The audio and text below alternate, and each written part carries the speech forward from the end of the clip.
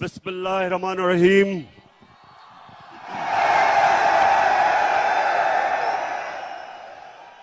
अल्लाह तेरी इबादत करते हैं और अल्लाह सिर्फ तेरे से मदद मांगते हैं। जेलम, मैं आज आपके जज्बा और जुनून देख के आपका दिल से शुक्रिया अदा करता हूं। खास तौर पे जिस तरह आज हमारी ख्वातीन निकली हैं, मैं आपको सलाम पेश करता हूं। और मैं देख रहा हूं कि बच्चे भी हैं, क्योंकि अच्छा, और मैं ये जितने भी झंडे देख रहा हूं, मेरी आगे से आप सबसे एक दरखास्त है कि तहरीक इंसाफ के झंडों से उतना ही जितना आप तहरीक इंसाफ के झंडे लेके आए, उससे ज्यादा पाकिस्तान के झंडे लेके आए। तेरा पाकिस्तान है, ये मेरा पाकिस्तान है, तेरा पाकिस्तान है, ये मेरा पाकिस्तान। क्योंकि मेरे पाकिस्तानियों, ये एक मुल्क की जिंदगी में बहुत कम ऐसे होता है कि सारी कौम इकट्ठी हो जाती है, सारी कौम फैसला करती है, सारी कौम फैसला करती है कि हमने अपनी आजादी की जंग लड़नी है। जिधर जिधर मैं गया हूं, मैंने कभी इतने बड़े जलसे नहीं देखे। मैं जेलम पहले भी आया, लेकिन मैंने कभी जेलम में ऐसा जलसा नहीं देखा।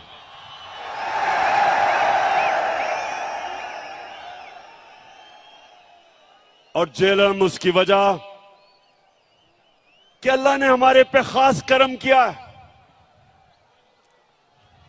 नौजवानों, गौर से सुनो, कुरान में अल्लाह कहता है कि एक प्लान इंसान बनाता है और दूसरा अल्लाह बनाता है। जो प्लान बनाया गया था, साजिश बाहर से हुई। एक डोनाल्ड लू, अमेरिकी अंडर सेक्रेटरी, हमारे अमेरिका के सफीर को बुला के तकब्बुर में उसको हुक्म देता है कि अगर पाकिस्तान ने इमरान खान को अदमे इत्मीनान में ना हटाया तो पाकिस्तान के ऊपर बड़ा मुश्किल वक्त आएगा। और फिर साथ कहता कि अगर पाकिस्तान ने इमरान खान को हटा दिया और चेरी ब्लॉसम को ले आए तो सब माफ कर दिया जाएगा। और फिर सारी साजिश होती है, यहां के मीर जाफर और मीर सादिक उसमें शिरकत करते हैं। 22 करोड़ की 22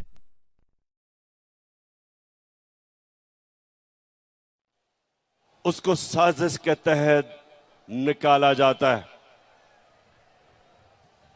और फिर जो असल इस मुल्क की तौहीन की जाती है कि मुल्क को जो 30 साल से इस मुल्क के बड़े किया जाता है, और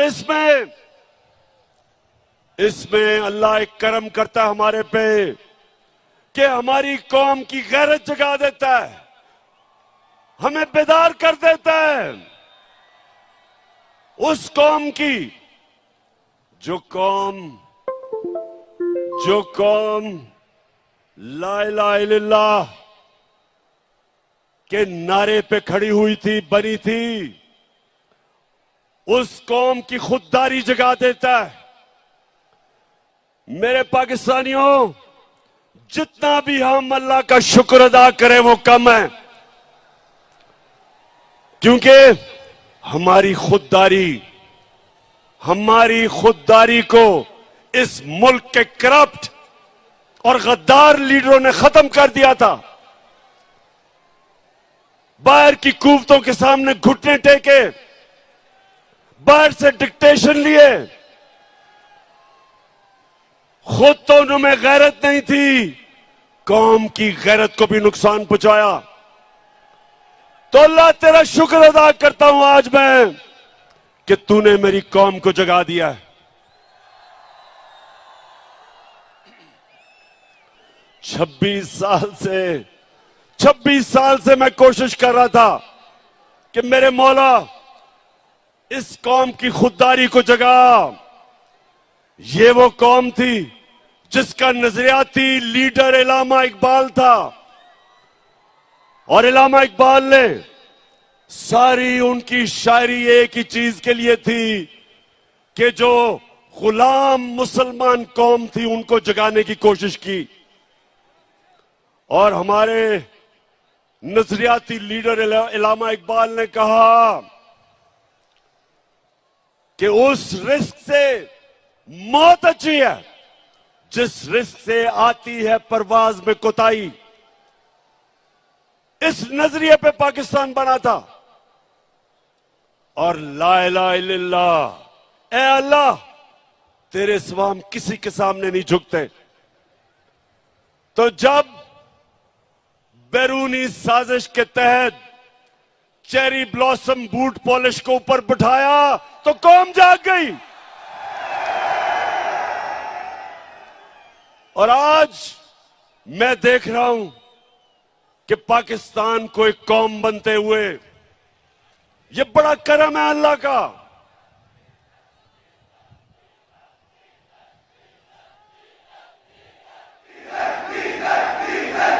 अच्छा, मैं जरा भी पहले बाकी बातों से पहले जरा डीजल पे आ जाऊं।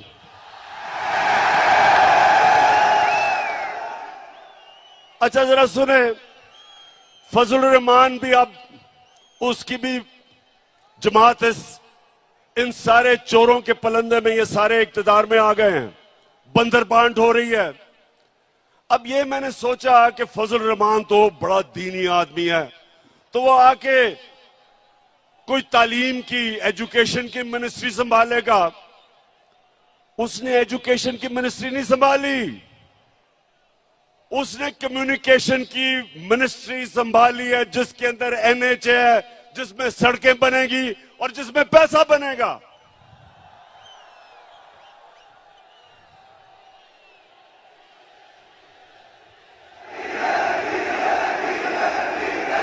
अच्छा, और पाकिस्तान, ये जरा, अब पाकिस्तानियों जरा सुने मेरी बात, सुने सुने सुने सुने। अब ये सारे, ये जो चोरों की कैबिनेट बनी है 60% जमानत पे हैं। किसी ने 18 कत्ल किए हुए हैं। शरीफ खानदान ने 40 अरब रुपए की चोरी का हिसाब देना है नैब में और एफआईए में। वो जरदारी उधर अरबों रुपए का उसने जवाब देना है, जो फेक अकाउंट्स में पैसे, एआन अली के भी उसी अकाउंट से पैसे जा रहे थे जिसमें बिलावल। अब जो मफरूर है, सुने नौजवानों, जो मफरूर है, जो सजा याफ्ता है, जो झूठ बोल के भागा है, जो अरबों रुपए की प्रॉपर्टीज में लंदन में रह रहा है, उसने सारी कैबिनेट को लंदन बुला लिया है। तो पाकिस्तानियों ये याद रखें कि ये सारे कैबिनेट लंदन जा रहे हैं आपके पैसे पे। ये अपने पैसे नहीं खर्च करेंगे, ये आपके पैसे पे जा रहे हैं। और वहां जाके मफरूर साहब को मिलेंगे, सजा याफ्ता, कॉन्विक्ट, झूठा, बुजदिल। हमेशा जब भी कोई मसला मुल्क से बाहर भाग जाता है, उससे जाके इंस्ट्रक्शंस लेंगे। ये है इस मुल्क की तौहीन। और इसलिए कौम खड़ी हो गई है, इसलिए सारे पाकिस्तानी खड़े हो गए हैं। सारे पाकिस्तानियों ने फैसला कर लिया है, सब पाकिस्तानियों ने फैसला किया है कि इंपोर्टेड हुकूमत नामंजूर। मैं इंशाल्लाह 20 के बाद आपको इस्लामाबाद दावत दूंगा। पहले मैंने सोचा था कि इंशाल्लाह 20 लाख लोग इस्लामाबाद में पहुंचेंगे, लेकिन जो मैं अब लोगों में फिर रहा हूं, अब वो नंबर चला गया 25 लाख पे इंशाल्लाह। अल्लाहू अल्लाहू अल्लाहू अल्लाहू अल्लाहू अल्लाहू अल्लाहू अल्लाहू अल्लाहू। अच्छा, अब चेरी ब्लॉसम कौन है? शायद बच्चों को नहीं पता चेरी ब्लॉसम कौन है। ये वो है कि इसका बड़ा भाई नवाज शरीफ और उसकी बेटी, वो फौज को बुरा भला कहते हैं और ये बूट पॉलिश करता है। इन्होंने बड़ा अच्छा एक कॉम्बिनेशन बनाया हुआ, इनकी पार्टनरशिप है। और बड़ा भाई भी क्योंकि बड़ा बुज़दिल है, वो जब मुल्क से बाहर जाता है तो फौज को बुरा भला कहता है, और छोटा भाई जूते पॉलिश करता है। तो ये दोनों, इसने कोई कल इसने तकरीर की, जरा सुने। कहता कि इमरान खान फौज के बड़े खिलाफ बातें कर रहे हैं, हम इजाजत नहीं देंगे। शहबाज शरीफ, शर्म करो, कुछ तो शर्म करो। तुम वो हो जो मैं मीर जाफर का कहता हूं, तुम हो वो मीर जाफर।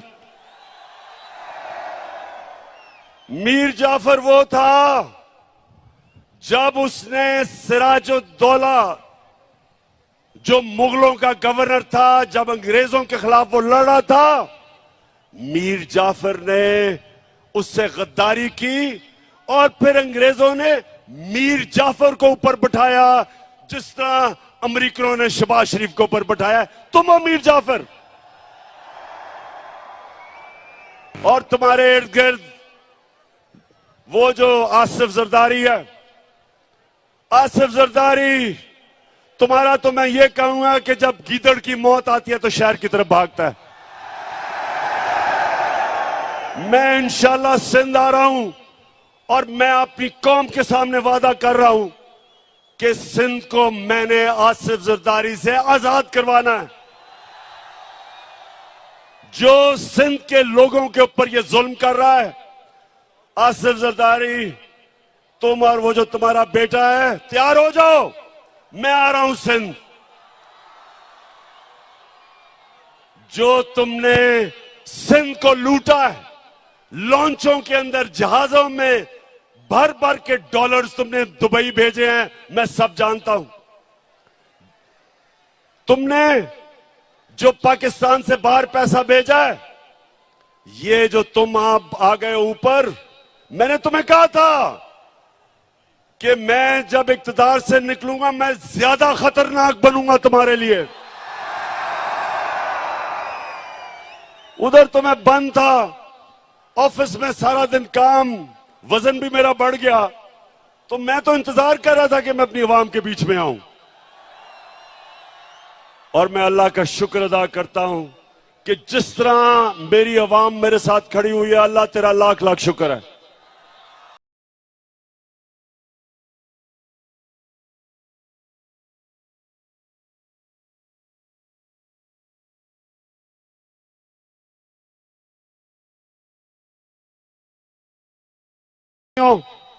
हिंदुस्तान ने क्या किया, जरा ये सुने गौर से।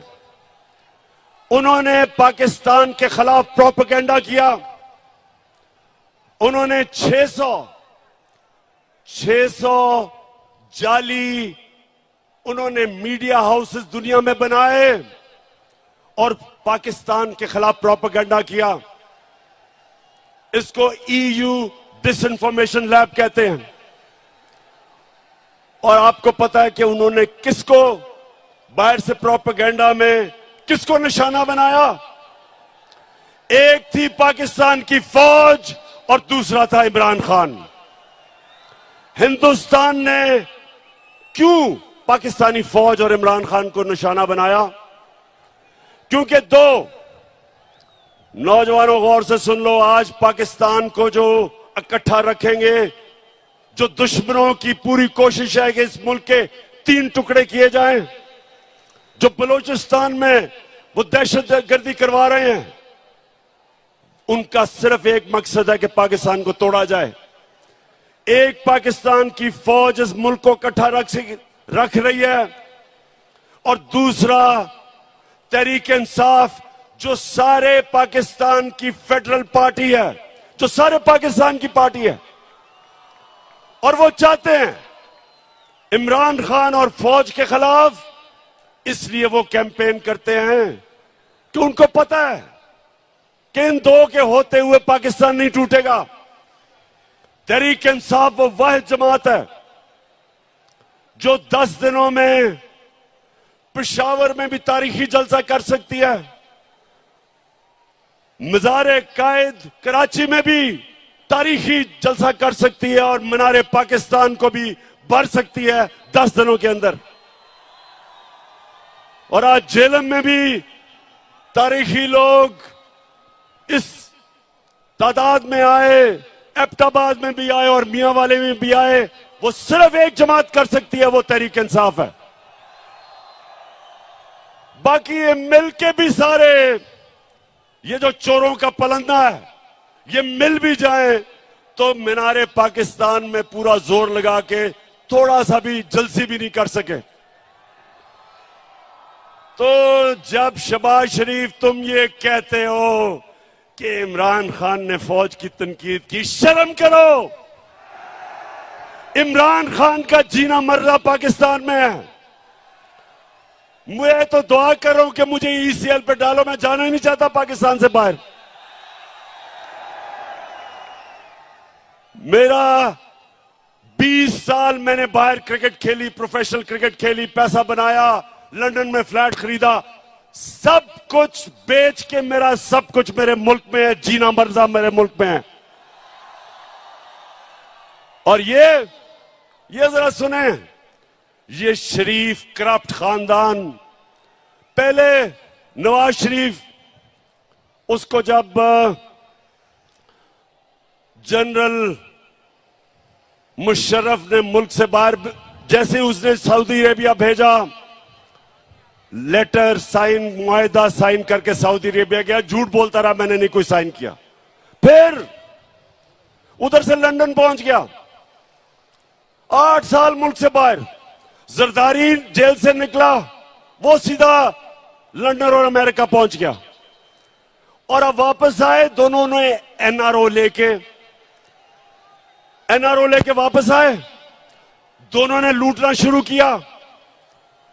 अब ये सुने, मैंने अभी तक जब 3.5 साल में एक निजी दौरा नहीं किया, मैं सारा वक्त पाकिस्तान में था।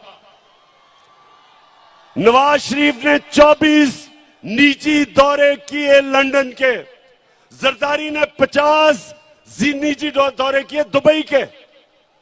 यानी ये सारा वक्त हुकूमत तो पाकिस्तान की करना चाहते हैं, पैसे बाहर हैं, बच्चे बाहर हैं, ईदें बाहर हैं, इलाज बाहर है, बैंक अकाउंट्स बाहर हैं, प्रॉपर्टीज बाहर हैं। और तुम शहबाज शरीफ कह रहे हो कि इमरान खान फौज के खिलाफ बात कर रहा है। तुम्हारा जो नवाज शरीफ था, हिंदुस्तान में जाके पहले तो मिला, जब नरेंद्र मोदी के भागा गया उसके जूते पॉलिश करने, तो कश्मीरी हुर्रियत लीडर्स को ही नहीं मिला, डर के उससे अपने फॉरेन ऑफिस को कहा कि कोई हिंदुस्तान की तनकीद ना हो। उधर जो डॉन लीग्स में क्या था, हिंदुस्तान को पैगाम पहुंचाता है कि जी मैं तो दोस्ती करना चाहता हूं, पाकिस्तान की फौज नहीं करना चाहती। नरेंद्र मोदी कहता कि पाकिस्तान का जो सिपा सलार है उस वक्त रहील शरीफ, कहता वो दहशतगर्द है, लेकिन नवाज शरीफ हमारा दोस्त है। मेरे दौर में मोदी ने यह क्यों नहीं कहा? वो मेरी फौज के खिलाफ उसकी जुर्रत नहीं थी बात करने की, क्योंकि मैं नरेंद्र मोदी को कहता था कि तुम इस्लाम दुश्मन हो, तुमने जो कश्मीर में किया, तुमने जो हिंदुस्तान में मुसलमानों से कर रहे हो, हम कभी तुम्हारे से दोस्ती नहीं करेंगे जब तक तुम कश्मीरियों को अपना हक नहीं दोगे। कभी नवाज शरीफ के मुंह से कश्मीर की बात सुनी? कभी शहबाज शरीफ के नाम से बात सुनी? आते साथ ही कि हम तो जी नरेंद्र मोदी से दोस्ती करना चाहते हैं। तुम इसलिए करना चाहते हो कि जो तुम्हें लेके आया उन्होंने हुक्म दिया दोस्ती करने का। मैं जब रूस गया, मैंने रूस के सदर से बात की कि यहां महंगाई है, तेल की कीमत बहुत ऊपर चली गई है, हमने अपने लोगों को रिलीफ देना है। 30% कम पे तेल हमें वो बेचने के लिए रूस तैयार हो गया था। 30% गंदम कम कीमत पे हमें देने के लिए तैयार हो गया था। क्या शहबाज शरीफ तुम्हारी जुर्रत है कि तुम रूस से आज बात करो और 30% कम तेल खरीदो? आपको पहले जाके इजाजत लेनी पड़ेगी उन लोगों से जो लेके आए हो। आपको उनको बूट पॉलिश करने पड़ेंगे चेरी ब्लॉसम लगा के, और फिर इजाजत मांगनी होगी जो नहीं मिलेगी आपको। हिंदुस्तान अमेरिका का स्ट्रेटेजिक एलाय है, वो रूस से सस्ता तेल खरीद रहे हैं, वो रूस से हथियार खरीद रहे हैं। तो अमेरिकन हिंदुस्तान को कुछ नहीं कहते, क्योंकि उनकी फॉरेन पॉलिसी आजाद थी, अपने लोगों के लिए थी। हमारा ये मसला है मेरे गैरतमंद पाकिस्तानियों, हमारा मसला ये रहा है कि हुक्मरान वो रहे जिन्होंने मुल्क से बाहर पैसा लेके गए, पैसे के गुलाम, कभी अपनी अवाम के लिए खड़े नहीं हुए। एक जुल्फिकार अली भुट्टो खड़ा हुआ था, उसके खिलाफ भी साजिश हुई थी, मुदाखलत हुई थी और उसको फांसी चढ़ाई गई थी। और उसके खिलाफ कौन लोग निकले थे? यही वो जो कि नवाज शरीफ की तब पहले पार्टी थी, फजल रहमान की जो पार्टी थी, ये लोग निकले थे। ये उस साजिश का हिस्सा थे जिसमें जुल्फिकार अली भुट्टो को गिराया गया और फांसी दी गई। और इंशाअल्लाह मेरे पाकिस्तानियों, एक नया मुल्क उठ रहा है, हमारा एक खुददार कौम खड़ी हो रही है। मैं ये अपनी ख्वातीन को देख रहा हूं, बच्चों को देख रहा हूं, सब निकल रहे हैं एक नए पाकिस्तान के लिए। मैं जो 20 तारीख के बाद जब मैं आपको दावत दूंगा, मैं चाहता हूं उसमें शिरकत करें हमारे बड़े बुजुर्ग, हमारे खास तौर पे दिलेर नौजवान और हमारी ख्वातीन और बच्चे भी। मुझे बाहर जाके पैसे मांगने पड़े क्योंकि हमारे पास पैसा ही नहीं था अपने कर्जों की किस्तें अदा करने पे। तो मैं आपको यकीन दिलाता हूं कि इससे शर्मनाक बात नहीं है जब एक मुल्क का सरबराह किसी और मुल्क के सामने जाके कर्जे मांगता है, पैसे मांगता है। आप सब जानते हैं कि अगर आप अपने मां बाप से भी पैसे मांगते हैं, एक बच्चा नहीं मांगता दूसरा मांगता है, तो मां बाप भी उस बच्चे की ज्यादा इज्जत करते हैं जो पैसे नहीं मांगता, जो खुददार होता है। मां बाप भी तो सोचे कि गैरों के सामने हाथ फैलाना। तो ये जब चेरी ब्लॉसम ने कहा कि जी हम तो भिखारी हैं और गुलाम हैं, और एक और इनके रंगबाज सियालकोट से कहता कि जी हम तो लाइफ सपोर्ट मशीन पे हैं, मेरा सवाल है, किसने हमें मकरूज किया? 30 साल से ये दो खानदान इस मुल्क पर हुकूमत कर रहे हैं। 30 साल से, 30 साल में ये अरबोपति बन गए, इनके बार प्रॉपर्टीज, फ्लैट्स, जायदादें, ऑफशोर अकाउंट्स, और मुल्क को मकरूज कर दिया। मैं तो सिर्फ 3.5 साल हुकूमत की है। तो सवाल मैं ये पूछता हूं कि जब कहते हो कि बेकारी हैं तो हमें तो गुलामी करनी पड़ती है, हमें बेकारी बनाया किसने? किसने इस मुल्क से पैसा चोरी करके बाहर लेके गए? वो लोग जो हमारे मेहनतकश पाकिस्तानी 14-14, 18-18 घंटे काम करके इस मुल्क में पैसा भेजते हैं, रेमिटेंसेस भेजते हैं, वो मेहनतकश के खून पसीने पे आज हमारा मुल्क चल रहा है। और ये डाकू यहां से मनी लॉन्ड्रिंग, पैसा चोरी करके मुल्क पैसा बाहर भेजते हैं। तो बेकारी बनाया किसने? आपने। और कौन इससे मुल्क को निकालेगा? मैं आपको आज ये कह रहा हूं कि जिस तरह हम एक कौम बनते जा रहे हैं, एक कौम के लिए कोई चीज नामुमकिन नहीं होती। जब कौम इकट्ठी हो जाती है वो सब कुछ कर सकती है। जब जलजला आया, जब फ्लड आया पाकिस्तान में 2010 में, अरबों अरबों डॉलर्स का नुकसान था। सारी कौम इकट्ठी हुई, बैरून मुल्क पाकिस्तानी सब मिलके, सब ने उसका मुकाबला किया और हमने अपने आप को खड़ा कर लिया अपने पैर पे। इसी तरह जिस तरह अब हम कौम बन रहे हैं, मुझे कोई शक नहीं कि पाकिस्तानी जिस तरह जब उनको यह पता चल गया कि उनका टैक्स उनके ऊपर खर्च होगा, ये कैबिनेट जा रही है एक मफरूर से मिलने आपके खर्चे के ऊपर। मैंने कभी अपनी कौम का पैसा फजूल खर्च ना अपने ऊपर करने दिया, ना इस तरह खर्च करने दिया। और जब कौम को यकीन हो जाएगा हम कौम बन जाएंगे, हम टैक्स भी इकट्ठे करेंगे, हम अपने कर्जे भी दे देंगे, हमारे पास इतना पैसा होगा कि हम अपने बच्चों की तालीम, स्कूलों पे, यूनिवर्सिटीज पे हम इस मुल्क को खड़ा करेंगे। और वो तब होगा जिस तरह अब हम कौम बन रहे हैं। और मैं इसलिए आज जेलम आया था, अल्लाह का शुक्र अदा करना कि मेरे अल्लाह आपने मेरी कौम को जगा दिया, बेदार कर दिया, शऊर पैदा कर दिया, खुददार बना दिया, कौम की गैरत को जगा दिया। और इंशाअल्लाह 20 के बाद जब मैं आपको कॉल दूंगा, एक हमारी डिमांड होगी, इलेक्शंस करवाओ और इंपोर्टेड हुकूमत नामंजूर। पाकिस्तान अल्लाह अल्लाह अल्लाह अल्लाह